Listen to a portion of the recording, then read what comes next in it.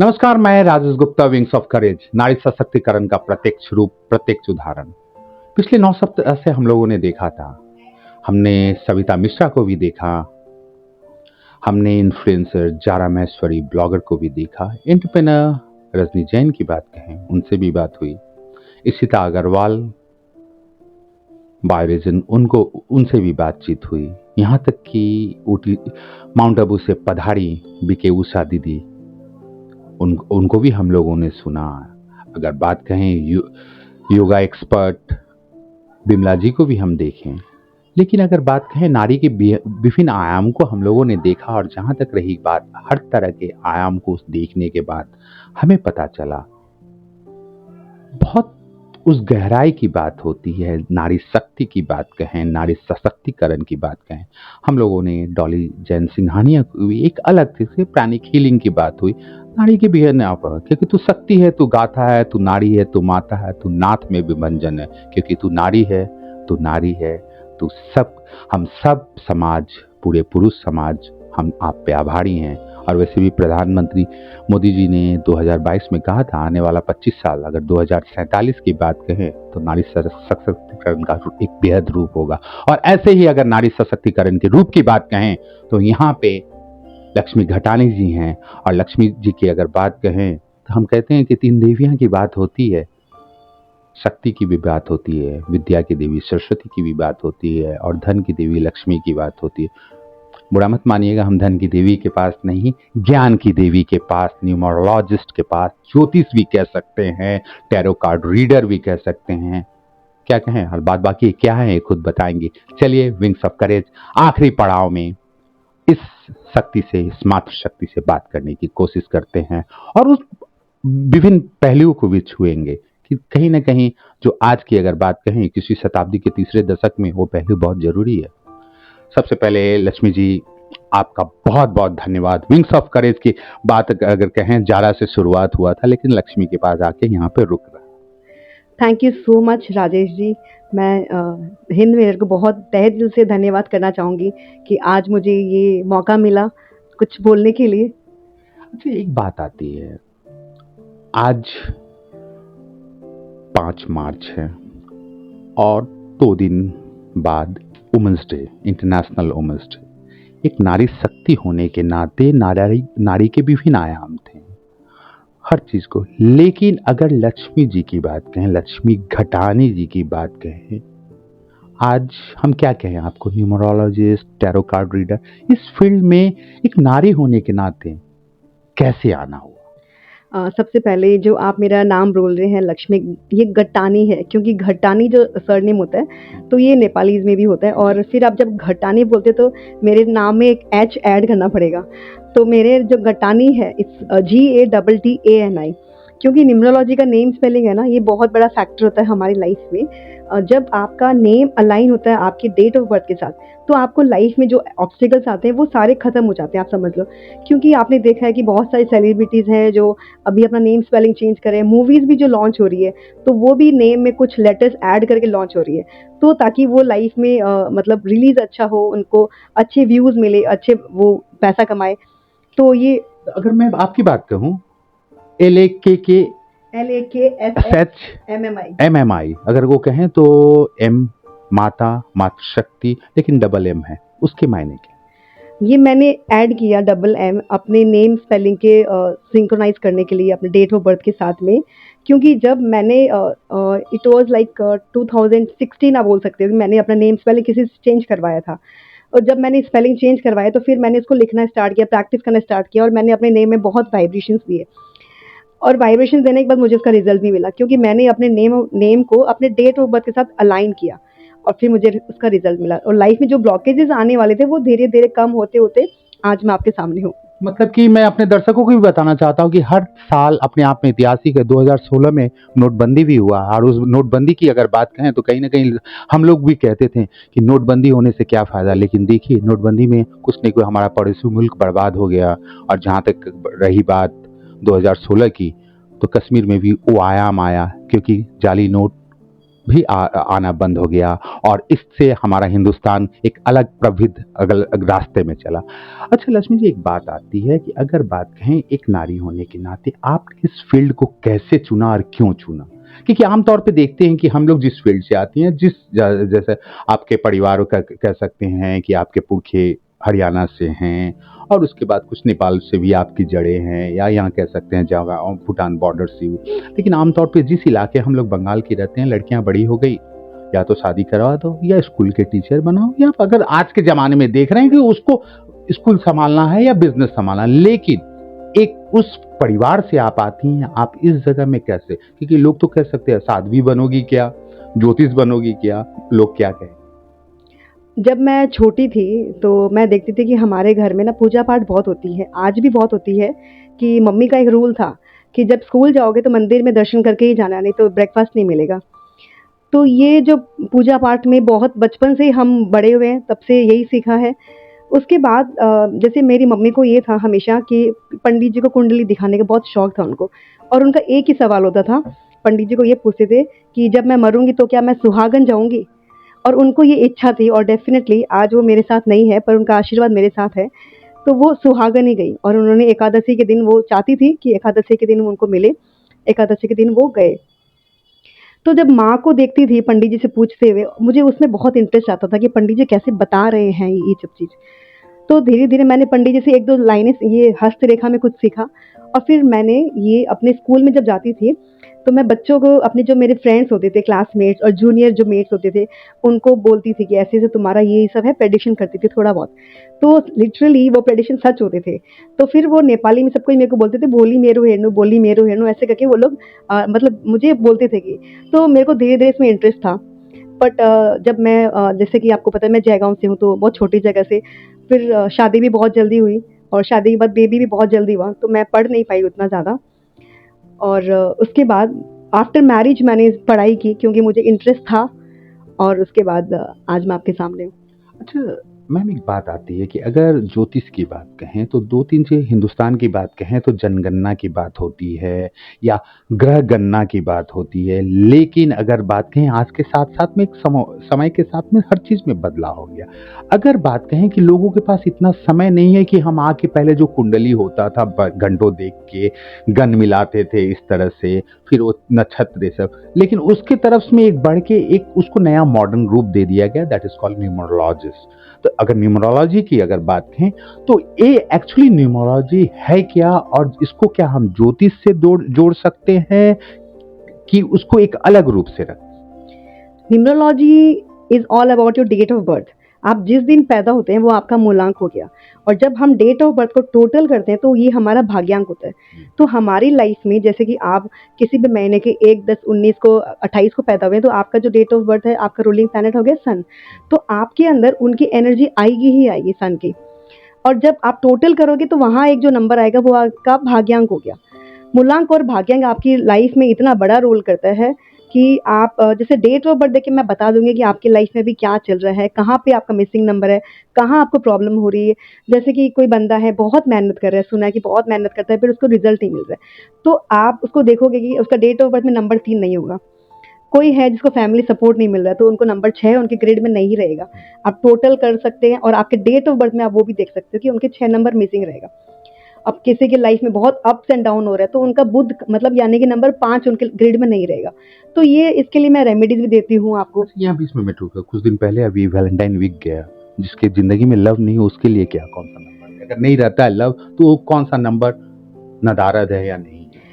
जब आपके ग्रिड में 6 नंबर मिसिंग होता है, या फिर 6 नंबर डीएक्टिवेटेड होता है, या फिर बहुत ज़्यादा हो जाता है 6 नंबर, आपको पता है कि कोई भी चीज़ लिमिट में होना चाहिए, जब ज़्यादा हो जाता है तभी भी आपको दिक्कत देता है। तो जब आपकी ग्रिड में 6 नंबर मिसिंग होता है तो आपको ये लव, ये थोड़ा सा कम मिलेगा, कम मिलेगा, फैमिली सपोर्ट कम मिलेगा आपको।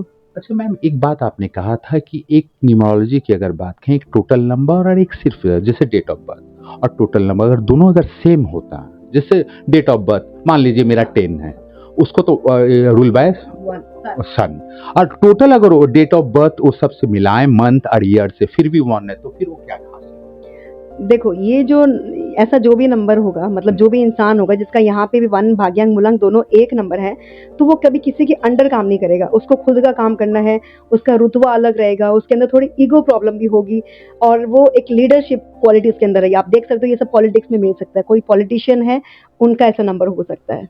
अच्छा, एक बात बताते हैं, जैसे आपने कहा 1 तारीख, मैं बात कर रहा हूँ, सभी दर्शक जानते हैं कि अगर 11 अक्टूबर की बात कहें, 11 अक्टूबर को अमिताभ बच्चन का जन्मदिन है, ठीक है? और 11 अक्टूबर को कोई ऐसा शख्स भी पैदा हुआ है जिसकी बात कहें, लेकिन वो भी 11 तारीख को पैदा हुआ, वो भी 11। और अगर एक बात कहें तो एक सदी के महानायक और एक कहें नदी के पास गिरा हुआ, सीधी सी बात है। तो इस तरह की भी बात क्यों आती है? देखो, ये आपका पूरा ओवरऑल भी मैटर करता है। सबसे पहले आप अगर 2 तारीख है, तो आपके पीछे कौन-सा प्लैनेट है वो भी आपको देखना पड़ेगा। फिर आपका जो नेम नंबर है वो आपका अलाइन है कि नहीं है, वो देखना पड़ेगा। उसके साथ आपका सिग्नेचर आप कैसा कर रहे हो, वो भी देखेंगे। घर का वास्तु भी देखेंगे। अब अमिताभ बच्चन अब की आप बात करते हो, देखेंगे अमिताभ बच्चन बहुत बड़ा सिग्नेचर करते हैं। उतने बड़े उन्होंने ग्रोथ की है लाइफ में। तो ये सारा चीज़ मैटर करता है कि आपका डेट ऑफ बर्थ के साथ-साथ आपका नेम नंबर का जो टोटल है वो मैटर करता है, मोबाइल नंबर मैटर करता है और सबसे ज़्यादा मैं बोलूँगी तो नेम स्पेलिंग का जो है वो मैटर करता है। नेम और स्पेलिंग पे तो हमारी बात हो गई, लेकिन अगर मैं जिस तरह से आपके प्रश्न, हमारे प्रश्न में से आपका उत्तर आया और उत्तर से अगर बात कहें तो उसमें सबसे बड़ा एक प्रश्न ये आता है कि अगर बात कहें नेम की बात, राइटिंग की बात, और जहाँ तक मैं अपने दर्शकों को भी बताना सकूँ, ये अपने आप में एक बहुत धारा है, विभिन्न फूलों की एक माला है जो लक्ष्मी के रूप में घटा गया है और उन्हें एक पिरोया गया है, और इसी तरह से बात है, इनको लेके बात करते हैं। अच्छा मैम, एक बात आती है, अगर बात कहें राइटिंग की, जाहिर सी बात है, तो हमने देखा है, मेरे घर वाले बहुत खुश हुआ करते थे कि मैं बड़ा होकर डॉक्टर बनूंगा, क्योंकि मेरे राइटिंग किसी को समझ में नहीं आता था, कि आमतौर पे हम लोग तो राइटिंग जो कि डॉक्टर की अगर बात होती है, वो दर्शाता क्या है? फ्रस्ट्रेशन दर्शाता है कि वाकई में उनमें भी कहीं ना कहीं इफ एंड बट है? देखो, जब डॉक्टर्स लिखते हैं वो बहुत स्पीड में लिखते हैं। काफ़ी डॉक्टर्स ऐसे भी हैं जो बहुत प्यार से भी लिखते हैं। आप देखोगे दोनों डॉक्टर्स में फ़र्क रहेगा। एक जो हैंडराइटिंग पे ध्यान देके फ़ोकस करके लिखते हैं, उनका अलग ही रहेगा, मतलब लाइफ में ग्रोथ भी। और एक जो बहुत फटाफट लिखते हैं उनका। अब मैटर करता है कि हम हमारी हैंडराइटिंग कैसे लिखते हैं। कि बहुत जन बोलते हैं कि मैं तो सुंदर नहीं लिखता, तो वो मैटर नहीं करता है। बेसिकली इसमें क्या मैटर करता है कि आप हैंडराइटिंग लिख क्या रहे हो। इसमें हम ज़ोन्स देखते हैं, जैसे अपर ज़ोन, मिडल ज़ोन और लोअर ज़ोन। तो आपके कौन-सी ज़ोन में क्या प्रॉब्लम्स हो रहा है, उसके अकॉर्डिंगली ही आपके लाइफ में प्रॉब्लम्स होता है। जैसे कि माना जाए कि आपकी जो छोटे बचपन की हैंडराइटिंग थी, अब जब बड़े हुए तो वो चेंज हुई। उसके बाद जब आप और बड़े हुए तो चेंज हुई। अगर अभी आप सोचोगे कि मैं वही हैंडराइटिंग लिखूँ, तो आप देखोगे कि आप वो हैंडराइटिंग लिख नहीं सकते हो, क्योंकि वो चेंज हो चुकी है अभी पूरी। अच्छा, अगर मान लीजिए जिस तरह नंबर की बात हो रही है, मैंने नंबर की बात की, अगर राइटिंग की बात कहें, मैं अपना अगर सिग्नेचर अभी चेंज करना चाहता हूँ, तो इसको मुझे प्रैक्टिस करना पड़ेगा उस तरह से आमतौर पे, क्योंकि अगर बात करें, सभी दर्शक जानते हैं, मैं एक हैंड राइटिंग एक्सपर्ट की मैं एक इंटरव्यू देख रहा था दूरदर्शन में बहुत काफ़ी साल पहले, तो उन्होंने दिखाया था हिटलर की बात कहें, वो किस तरह से ऊंचाई से जाते, वो उनका ये चीज़ दर्शा, और वो पतन की बात थी 1945 में जिस तरह से उनको दिखाया गया था, या स्वामी विवेकानंद की बात कहें, उनका छोटा सिग्नेचर था लेकिन एक ऊंचाई पे कि उनके अल्प उम्र में ही मर गए, ही वॉज 39। तो ये चीज क्या मायने रखती है? देखो, जब आप सिग्नेचर करते हैं तो बहुत जन होते हैं जो सिग्नेचर को उलझा देते हैं। तो मैं उनसे रेकमेंड करूंगी कि अपने सिग्नेचर को ये एकदम सिंपल बनाएं। आप जितना सिंपल उसको बनाएंगे उतनी ही आपकी लाइफ भी सिंपल रहेगी। आप जितना अपने आप को उलझाओगे उतनी उलझी हुई आपकी लाइफ रहेगी। ये बहुत बड़ा फैक्टर होता है सिग्नेचर में। तो मतलब मैं कह सकता हूँ कि पूरी की पूरी अगर बात कहें, मेरे जीवन की गाथा, जीवन रेखा अगर बात कहें, तो मेरी हाथ की लिखाई में ही है। यस, आप बोल सकते हैं कि आपका सिग्नेचर, जैसे अगर आप मुझे दिखाएंगे, मैं सिर्फ एक सिग्नेचर देके आपको बता दूंगी कि आपके लाइफ में क्या चल रहा है। सिर्फ सिग्नेचर, और कुछ भी नहीं चाहिए मुझे। इनको याद रखिएगा और इनको पहचान लीजिए कि सिर्फ आपके सिग्नेचर देख के ये बता पाएंगे। एक कभी जितने भी हमारे दर्शक हैं, फॉलोअर हैं, इनके आइए, इनसे मिलिए, इनको उस सिग्नेचर का, और यकीन मानिए पेपर में सिग्नेचर लेके आइएगा, चेकबुक में नहीं। और चलिए एक बात आपसे, अगर बात करते करते अगर एक बात आती है, तो अगर आज की जिग की बात करें, we are talking about everything, लेकिन एक वास्तु के हिसाब से आज कहते हैं कि पहले गांव में हम लोग थे, या पहले जो हमारा घर था, सब कुछ आंगन था, उठान था, कुआं था, सब कुछ था, लेकिन उसके बाद में भी लोग अपने आप में शांति, सुख, समृद्धि मिला, लेकिन वहां वास्तु की बात नहीं आती थी, लेकिन वो कह सकते वास्तु के हिसाब से। लेकिन आज फ्लैट कल्चर में वास्तु वाली बात अगर कहें तो नहीं। पहले शौच के लिए लोग बाहर जाते थे और खाना खाने घर में आते थे, लेकिन अब देखा जाता है शौच घर में जाते हैं, खाना खाने रात के लिए बाहर जाते हैं। ये सब भी क्या मायने रखता है? ये बहुत ही बड़ा फैक्टर है, क्योंकि पहले के लोग आप देखा गया तो पहले ना बीमारियाँ कम होती थी। जो भी बीमारी आप देखोगे पहले इतनी ज़्यादा नहीं थी, क्योंकि पहले जो टॉयलेट्स होते थे वो घर के बाहर होते थे। टॉयलेट मतलब राहु, जी। राहु मतलब बीमारी। हम्म। तो ये घर के बाहर पहले थे, तो इतनी बीमारी घर में नहीं होती थी और घर के लोग बहुत प्यार से खाते थे, बहुत आराम से खाते थे। पहले इलेक्ट्रॉनिक्स नहीं थी, इलेक्ट्रॉनिक फिर मोबाइल, वो भी राहु है। तो अब राहु का प्रभाव इतना ज़्यादा हो गया है। मोबाइल भी राहु है, हाँ जी। लेकिन सभी के हाथ में समझ सकते राहु है। तो आज के दिन में कोई आपको दिखेगा जो एकदम स्वस्थ है? Everyone has problem, everyone has कुछ ना कुछ प्रॉब्लम्स तो उनके लाइफ में होता ही है। कोई भी disease you can say anything, कुछ भी होता ही है। Then तो how can we get rid from that? मैं बताती हूँ। जैसे कि राहु ने इतना ज़्यादा इम्पैक्ट किया, जैसे आजकल के युवा जनरेशन्स को आप देखेंगे कि मोबाइल में सब कुछ जानते हैं, everything they know in mobile. तो मोबाइल में उनका जो मेन होता है इलेक्ट्रॉनिक्स, वो है आपका नंबर 4 राहु। आप देखोगे युवा जो है अभी बहुत ज़्यादा स्मोकिंग वगैरह है, बियर वगैरह है, ये सब राहु है। जो इलेक्ट्रॉनिक मोबाइल ज़्यादा चलाएगा वो आप देखोगे कि इस फील्ड में एडिक्शन में आएगा ही आएगा। अब कह सकते हैं कि मोबाइल भी एडिक्शन है और उसके Yes. साथ ये ऑल्सो ऊपर से एक्स्ट्रा एडिक्शन। Yes. तो इसीलिए पहले के लोग है ना, उस समय मोबाइल नहीं थे, टॉयलेट्स बाहर थे, और अभी क्या है, घर के अंदर टॉयलेट है। हर जगह हम जितने रूम्स होते हैं उससे ज़्यादा हम टॉयलेट बनाते हैं। तो सबसे बड़ा फैक्टर यही है कि गलत जगह में जब टॉयलेट आता है, वॉशरूम आता है, राहु आता है, तो ये बहुत इफेक्ट करता है लाइफ में।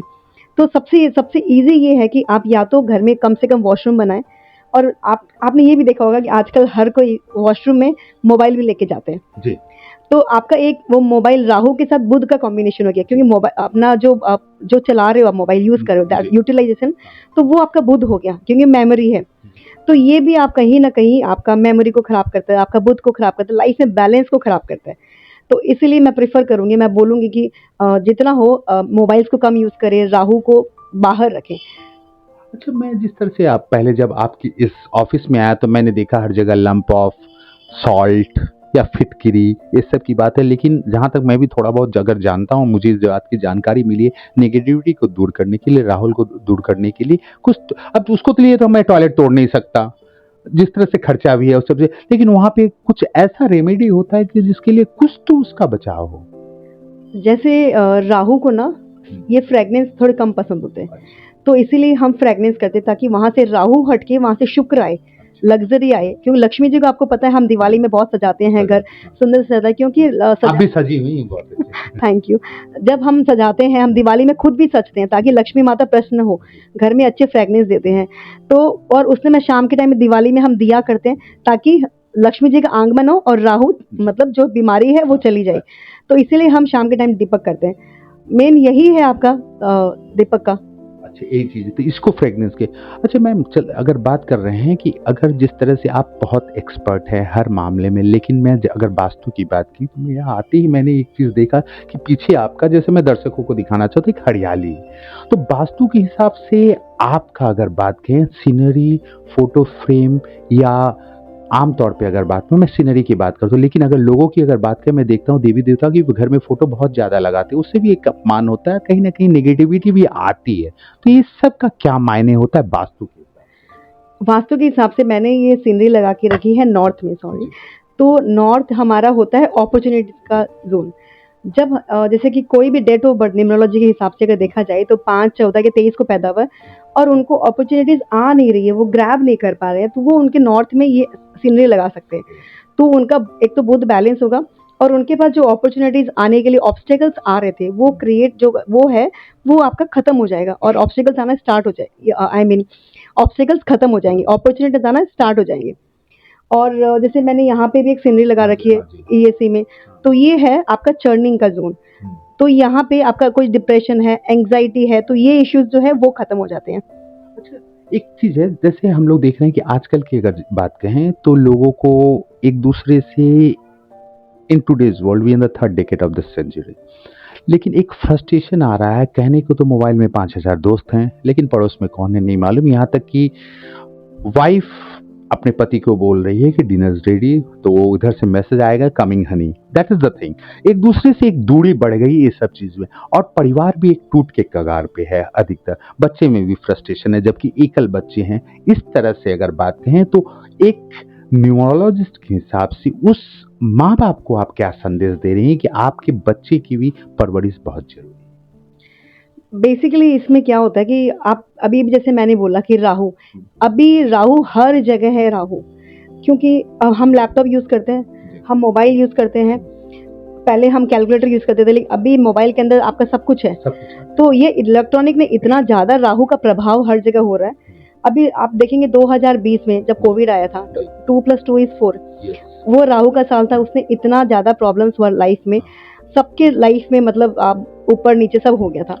तो ये राहु ऐसा है। तो अब ना हम चाहेंगे, लाइक आई रिकमेंड एवरीवन, कि जितना हो सके बच्चों को कम से कम मोबाइल दें, ताकि वो उससे निकले।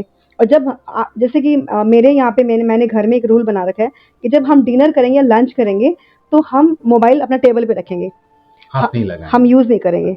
और जब मैं नहीं रहती हूँ तो इनफैक्ट बच्चे लोग यूज़ करते हैं, पर जब मैं रहती हूँ तो वहाँ पे मोबाइल हमारा टेबल पे रहता है। मैं भी कन्फेस करना चाहूंगा कि मैं भी जब खाना खाते वक्त एक हाथ में मोबाइल भी रहता है, और मैं देखता हूँ। कल से मैं कोशिश करूंगा, क्या इनफैक्ट आज से ही कोशिश करूंगा कि मैं ना देखूं। इसके लिए आपका बहुत बहुत धन्यवाद।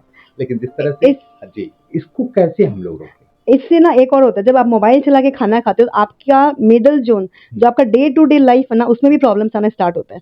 तो खाना खाते टाइम जितना हो मोबाइल कम से कम यूज़ करें। ये चीज़ है।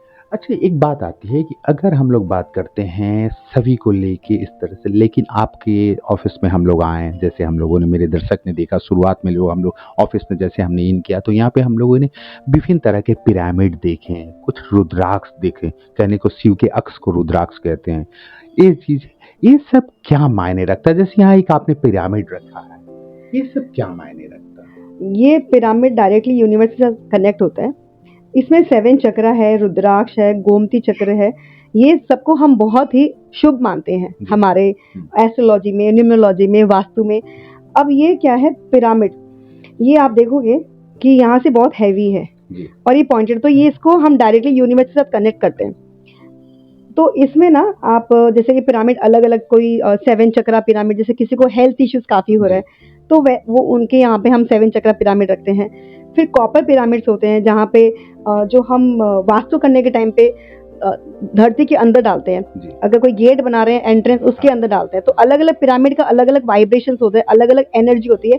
उस एनर्जी, जहाँ पे नेगेटिव एनर्जी है, उसको ये पॉजिटिव कर देता है। अच्छा, एक चीज मैंने देखा है कि अगर बात कहें रुद्राक्ष की बात होती है, जैसे मैं अपने दर्शकों को बताना चाहता हूं कि ये नारी सशक्तिकरण का प्रत्यक्ष रूप है, लेकिन नारी की अगर बात कहें तो गहने के प्रति एक अलग ही मोह रहता है। लेकिन हमारे साथ बैठी है, और मुझे भी आश्चर्य हुआ कि इन्हें क्या कहें, साध्वी कहें, क्योंकि जिस तरह से रुद्राक्ष है, क्रिस्टल है, और उनके हाथ में अलग अलग ब्रेसलेट भी है, तो जाहिर सी बात है लक्ष्मी जी बेवजह तो इस पे पहनी नहीं होंगी। इसका कुछ न कुछ कारण होगा। हमारे दर्शक भी जानने के लिए उत्सुक हैं। चलिए एक एक करके जानने की कोशिश करते हैं कि रुद्राक्ष की जो माला आपने पहना क्या मायने रखता है, और खास करके अगर बात कहें, मैं स्त्री पुरुष दोनों के लिए पूछ रहा हूँ। रुद्राक्ष अगर देखा जाए तो आपका ओवरऑल लाइफ को बैलेंस करता है, और हमारे न्यूमरोलॉजी अगर चार्ट देखते हैं तो नंबर 3 और 4 को एक्टिवेट करता है। आपका हुडन एनर्जी जो है उसको बैलेंस करता है। और क्रिस्टल्स अगर देखें तो लाइक मैंने पहना है पायराइट, सिट्रीन। जैसे पायराइट आपने सुना होगा, अभी पैसों के लिए अट्रैक्ट करने के लिए हर कोई पायरेट अगर पहनते हैं उसके लिए डेट ऑफ बर्थ कोई मायने नहीं रखता। नहीं, पायरेट हर कोई पहन सकता है। पहन सकता हूं? हाँ जी, पायरेट हर कोई पहन सकता है, क्योंकि पायरेट पैसा सबको चाहिए, लक्ष्मी सबको चाहिए, तो इसलिए पायरेट पहन सकता है।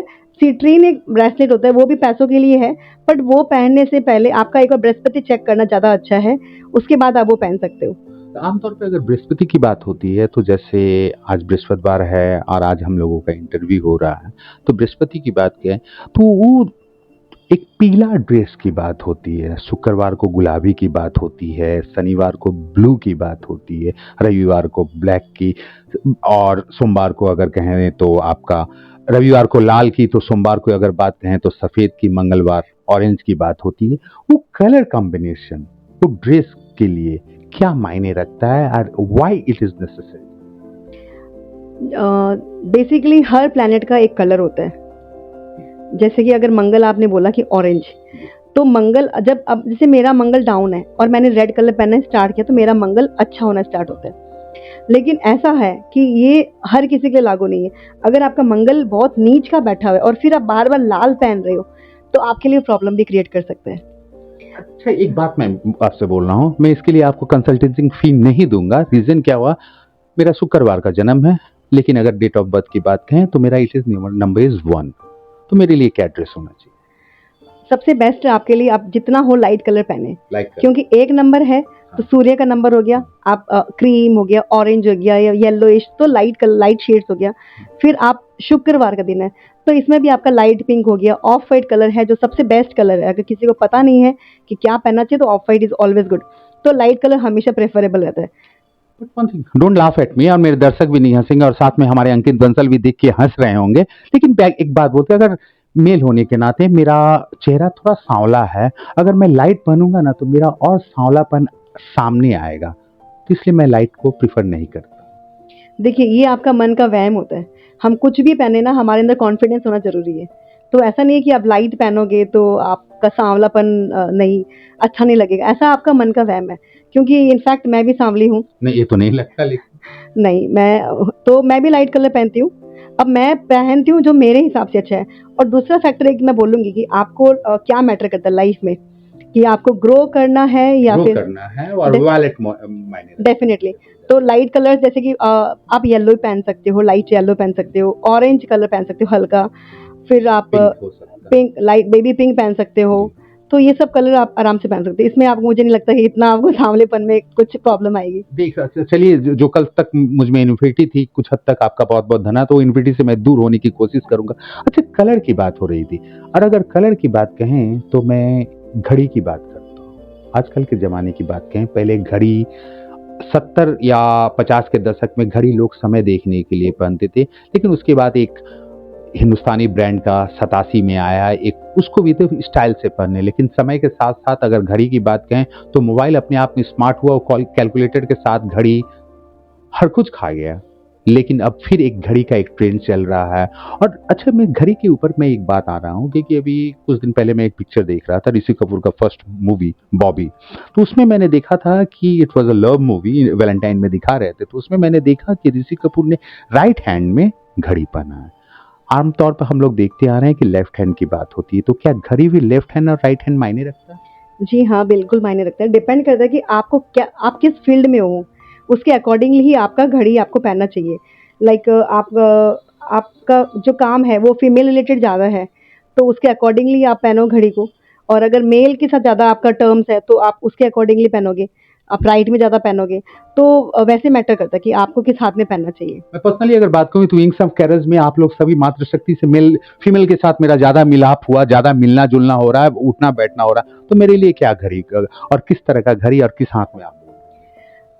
जैसे कि मैं आपको रिकमेंड करूँगी आप लेफ्ट हैंड में पहने, अगर आप फीमेल के साथ ज़्यादा कनेक्ट हो रहे हैं तो। और कलर कोई मायने रखता है?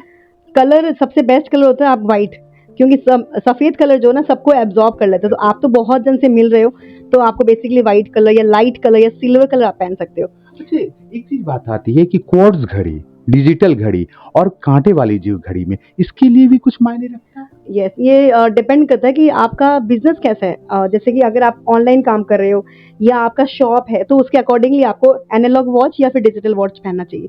आपको अगर ऑनलाइन क्लाइंट चाहिए तो उसके अकॉर्डिंगली ही आपको सेलेक्ट करना है कि कौन सा वॉच आपको पहनना चाहिए। अच्छा, एक बात आ रही है, अब मैं घूमते हुए उस जगह पे जा रहा हूँ, मैं लक्ष्मी जी से जो बात कर रहा हूँ कि आपकी जिस तरह से हुई पढ़ाई सब जगह आए, लेकिन फैमिली एक सपोर्ट भी हुआ, लेकिन कहीं ना कहीं एक लक्ष्मी जी से बात मैं कर रहा हूँ, लक्ष्मी जी से उस मन में एक टिस है कि मैं कुछ और अच्छा कर सकती थी, मैं ये क्यों नहीं की?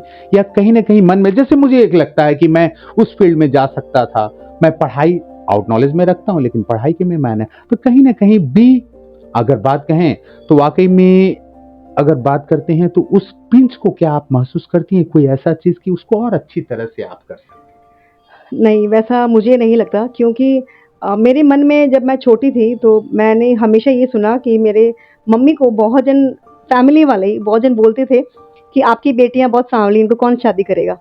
तो मुझे ये चीज़ हमेशा मन में लगता था ये कि, और माँ है ना ये सब सुन के बहुत परेशान होती थी। तो मैंने उनका वो सपना भी पूरा किया। मैं आई वाज़ मिसेस सिलीगुड़ी इन 2021। जी। तो उस समय मुझे बहुत अच्छा लगा कि मेरी हाइट नहीं है और लाइक मेरा रंग भी आप देखेंगे तो सांवला है। लेकिन फिर मैंने वो अचीव किया और उसके लिए सबसे लाइक मैं खुश थी सिर्फ़ अपनी माँ के लिए कि माँ को ये दिखाना चाहती थी कि माँ, रंग मैटर नहीं करता। जो आपने थोड़े दिन पहले बोला कि आपका सांवला रंग है, लाइट कलर, तो इसलिए रंग मैटर नहीं करता है, वो मुझे नहीं फ़ील होता है।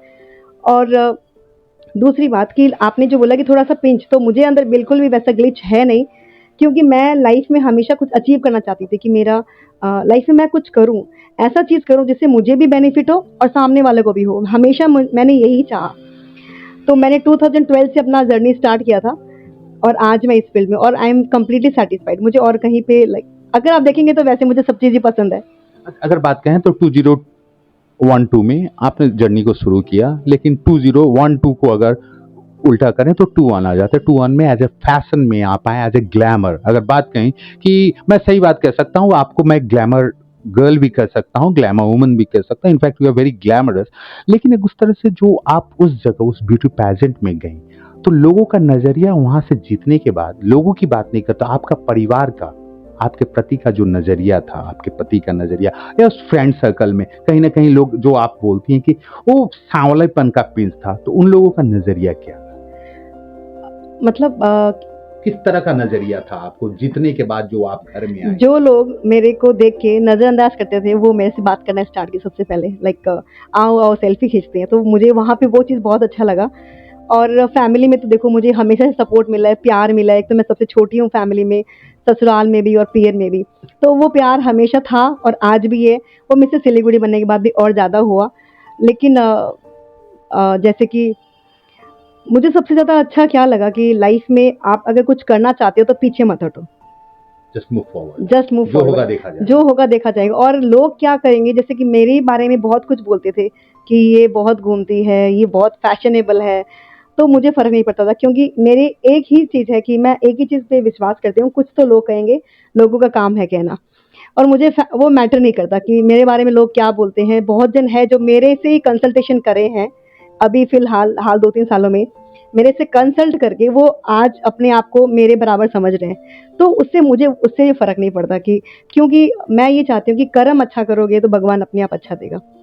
बट अब हम लोग जैसे बात करते हैं, हम लोग आखिरी पड़ाव की बात कहें, हर चीज़ें हर क्षेत्र की बात होती है, लेकिन आज की डेट में अगर बात कहें तो सबसे बड़ी बात मैं देख रहा हूँ कि एक नया ट्रेंड बहुत काफ़ी पुराना है, लेकिन हिंदुस्तान और सिलीगुड़ी जैसे शहरों में पहले हम लोग देखते थे कि पैरेट रीडिंग, एक तोता निकालता था, तो उसे हम लोग पैरेट रीडिंग कहते हैं। लेकिन समय के साथ साथ अगर बात कहें तो टैरो रीडिंग में आ गया।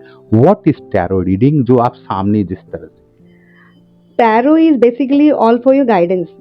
ये आपको यूनिवर्स के साथ कनेक्ट करता है, एंजल्स के साथ कनेक्ट करता है। जैसे कि मेरे पास कोई क्लाइंट आया है, उनको कुछ क्लैरिटी नहीं मिल रहा कि अब उनको क्या करना चाहिए। जैसे अभी इस साल, अभी अपकमिंग ईयर आ रहा है, जो प्रेसिडेंट वगैरह बनेंगे, न्यू इलेक्शन होगा, तो काफ़ी जन प्रेसिडेंट्स हैं जिनका कॉल आया मेरे पास कि आप मुझे टैरो करके बताइए कि मैं मुझे बनना चाहिए कि नहीं बनना चाहिए। तो वो गाइडेंस इसमें आया है कि आपको कैसे पूरा ईयर निकालना है।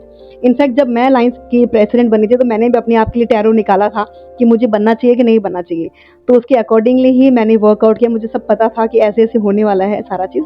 फिर ये हमें टैरो दर्शाता है और ये कनेक्ट करता है हमें डायरेक्टली यूनिवर्स के साथ में। अगर बात कहें तो मैं अपने दर्शकों को भी बताना चाहता हूँ, और कुछ कुछ सिलीगुड़ी की अगर बात कहें तो लोग भी देख रहे हैं, नेता भी देख रहे हैं। নিশ্চয়ই 2026-এ যদি কথা হয় তো বেঙ্গলে বিধানসভা इलेक्शन, और শিলিগুড়িতে যদি वो কথা হয় तो অনেক কিছু হচ্ছে। और 2027 की बात कहें तो यहाँ विधानसभा इलेक्शन भी होने वाला, विधानसभा इलेक्शन के बाद यहाँ पे अगर कहें एसएमसी का इलेक्शन भी होना, तो उस समय के अगर लोग अगर आते हैं तो एज ए सिर्फ वहाँ पे क्या बताना पड़ता, जिस तरह से अगर आपने टैरो के बारे में बात बता दी, तो एक चुनाव चिन्ह भी मायने रखता है, लोगो भी मायने रखता है। अब जैसे मेरे पास है, अगर मैं कह सकता हूँ हिंद मिरर का लोगो हो या कोई कंपनी का लोगो हो या कोई नया, तो लोगो भी क्या मायने रखता है, किस तरह से, क्या लोगो भी कुछ वास्तु के साथ या न्यूमरोलॉजी के साथ या कलर के साथ भी है, बहुत जरूरी है? जी हाँ, बिल्कुल ज़रूरी है। आपकी लोगो कोई भी फ़र्म की ना आत्मा होती है। जैसे कि बहुत जन काम कर रहे हैं, लेकिन वो बोलते हैं कि हमने तो लोगो बनाया ही नहीं, विज़िटिंग कार्ड बनाया नहीं। अब आप किसी को जन्म देते हो लाइक एक, तो उसके अंदर जब तक वो आत्मा नहीं डालोगे, तो वो काम नहीं करेगा। तो लोगो बहुत ज़रूरी है किसी की फ़ील्ड में बनाने के लिए। अब आप देखोगे एप्पल का जो लोगो आईफ़ोन का, आईफोन उसमें सिर्फ़ एक एप्पल है, तो वो हाँ क्या आप एप्पल देख के बता सकते हो कि ये कोई मोबाइल का नहीं, लोगो है? नहीं। कैसे आया वो भी कह सकते हैं कि आज के ज़माने में हल्ला उड़ाया जा रहा है कि वो झूठा है एप्पल है, हाँ, कह सकते हैं पीछे से कटा हुआ है। बोल सकते हैं। जी, तो वो एक मैटर करता है कि वो एप्पल क्यों है और आईफ़ोन आज इतना ऊपर सब क्यों प्रेफ़र करते हैं? क्योंकि वो खुद में बहुत प्रीमियम है जो बनाया गया है।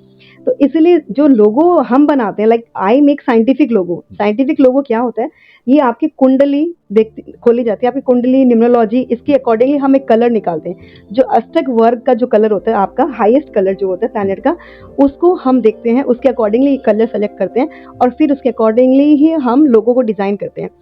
और वो जो लोगो मैं बनाती हूँ वो आपका वर्क प्रोग्रेस में अच्छा करेगा। जैसे पार्ले जी का लोगो आपने देखा है जी कि हाँ, आज तक चेंज आज नहीं तक हुआ कभी चेंज और इसके साथ-साथ आप उसका रेट भी चेंज नहीं हुआ, हाँ, रेट भी क्योंकि जैसे वो रेट बढ़ाता हाँ, है, वो सेल खत्म हो जाता है उसका। तो उसमें ना वो उसका लोगो वैसा है। अच्छा एक चीज़ है, जिस तरह से अगर मान लीजिए लोगो जो मायने रखता है, तो लोगो के साथ हमारा नाम भी मायने रखता होगा। जैसे राजेश गुप्ता, अगर कोई लोगो लेके आ रहा है, तो उससे भी आप लोगों कुछ कॉम्बिनेशन मिला के करती होंगी, डेट ऑफ बर्थ से भी। तो overall logo is you can say complete आप मेरा भविष्य बता रही हैं कि मेरा बिज़नेस का भविष्य कैसा है। ज़्यादा समय नहीं लूँगा, लेकिन चलते-चलते आज की तारीख में अगर बात करें, अगर हम लोग सब कुछ देख रहे हैं, लेकिन समय के साथ-साथ एक बदलाव आ रहा है। लोग अब अंधविश्वास की बात पहले करते थे, ज्योतिष को दिखा रहा है, साधु महात्मा के साथ बैठ रहा है। जैसे अब देखते हैं कोई साधु आ रहे, क्या अंधविश्वास है? लेकिन उसको जब नया रूप दे दिया गया, पहले जन्म कुंडली क्या तो कुंडली देख रहे हैं, लेकिन अब एस्ट्रोलॉजी। तो अंधविश्वास और साइंस, आप क्या कहते हैं? देखो पहले अंधविश्वास जो बोलते हैं वो अंधविश्वास नहीं था। लोगों को विश्वास तो रहता है। मैं बोलूँगी कि अंधविश्वास हो गया जब आप बहुत ज़्यादा करते हो उसको अंधविश्वास बोलते हैं। पर जो हम करते हैं दैट इज़ ऑल गाइडेंस। अब आप जब मुझे दिखाने आते हो तो मैं बेसिकली क्या करती हूँ, मैं कुंडली खोलती हूँ बट मैं उसमें फ्यूचर प्रेडिक्ट नहीं करती। जब मुझे दिखता भी है तो मैं फ्यूचर बहुत मेरी कोशिश रहती है मैं कम से कम बताऊँ आपको फ्यूचर। और जैसे कि हमारे फील्ड में बहुत जन होता है जो डराते भी काफ़ी हैं, आपके साथ ये होने वाला है, वो होने वाला है, तो मैं वो भी नहीं करती। मैं आपको बहुत सिंपली बताती हूँ कि आपको लाइफ में क्या करना है, तो अंधविश्वास वाला मैं क्रिएट नहीं करती हूँ। और ये पूरी की पूरी साइंस है, न्यूमरोलॉजी अगर देखेंगे तो साइंस है। अगर सबसे बड़ा एग्जाम्पल क्या है, अगर आप हस्बैंड वाइफ हो और आपका बेबी हुआ है, तो हस्बैंड का जो डेट ऑफ बर्थ है और वाइफ का जो डेट ऑफ बर्थ है, मूलांक भाग्यांक करने से 4 नंबर हो गए। जब आप चारों नंबर देखेंगे ना, तो वो 4 नंबर से कोई ना कोई एक नंबर आपके बच्चे में आएगा ही आएगा। तो ये बहुत बड़ी साइंस है। मतलब कि कह सकते हैं कि जो आज के ज़माने की अगर बात लोग कहते हैं, डीएनए की बात होती है या एस्ट्रोलॉजी की बात होती है, तो इसको इस साइंस को लेके पहले भी विज्ञान था, लेकिन लोग अज्ञानी थे, इसलिए अब विज्ञान की भाषा को हम लोग अंधविश्वास का रूप देते। अच्छा एक बात आती है कि जिस तरह से आज के युग में हम लोग बात करें with third decade of century, joint family नहीं रहा, लेकिन लोग बच्चे के लिए आते हैं, कोई माँ बाप आ रहे हैं, लेकिन अब मैं पुरुष होने के नाते भी मैं कह रहा हूँ, पुरुष में भी एक बात आ जा रही है, न्यूमरोलॉजिस्ट के पास गए या एस्ट्रोलॉजर के पास गए, तो डेट ऑफ बर्थ या नॉर्मल जैसे कितने दर्शक हैं आपको, हाँ, मैं बता रहा हूँ कि अपना डेट ऑफ बता देंगे, लेकिन एग्जैक्ट ईयर नहीं बताएंगे, मेल और फीमेल में सबकी बात कर रहा हूँ। लेकिन उसके तरफ में आपके पास अगर लोग आते हैं तो एक कॉन्फिडेंस की बात होती होगी, एक छिपा हुआ बात होती है, तो इसके साथ इस कस्टमर वो जितने भी क्लाइंट हैं उनके साथ आप कैसे डील करते हैं? बहुत बड़ा सवाल है कि आमतौर पे देखा जाता है। देखो बेसिकली जब मेरे पास कोई भी आता है वो प्रॉब्लम्स लेके ही आता है और जब वो मुझे पे करता है तो बाउंड हो जाता है अपना डेट ऑफ बर्थ के साथ में ईयर बताने के लिए। तो मुझे बताते ही बताते हैं लोग और बहुत जन होते हैं जिसको सिर्फ डेट ऑफ बर्थ ही पता रहता है, तो उसके अकॉर्डिंगली ही मैं उनको प्रेडिक्शन करती हूँ।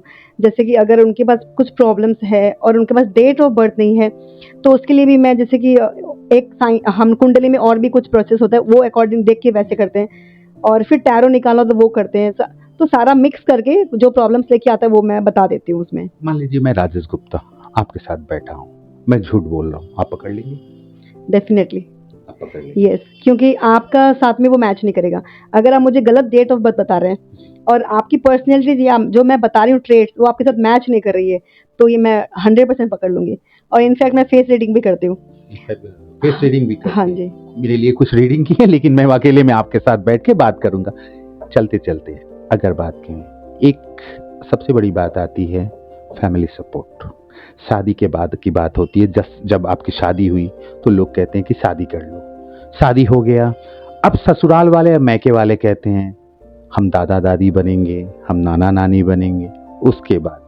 उसके बावजूद भी बात अगर किया जाए तो एक फैमिली सपोर्ट की बात आती है, और उसके बाद में एक काम का सामंजस्य, माता का सामंजस्य, पत्नी का सामंजस्य, बहू का सामंजस्य। क्या मैसेज दे रही हैं, किस तरह से मिला के चलना चाहिए? देखो, बिना सपोर्ट के तो आप कर नहीं पाओगे, डेफिनेटली हम सबको पता है।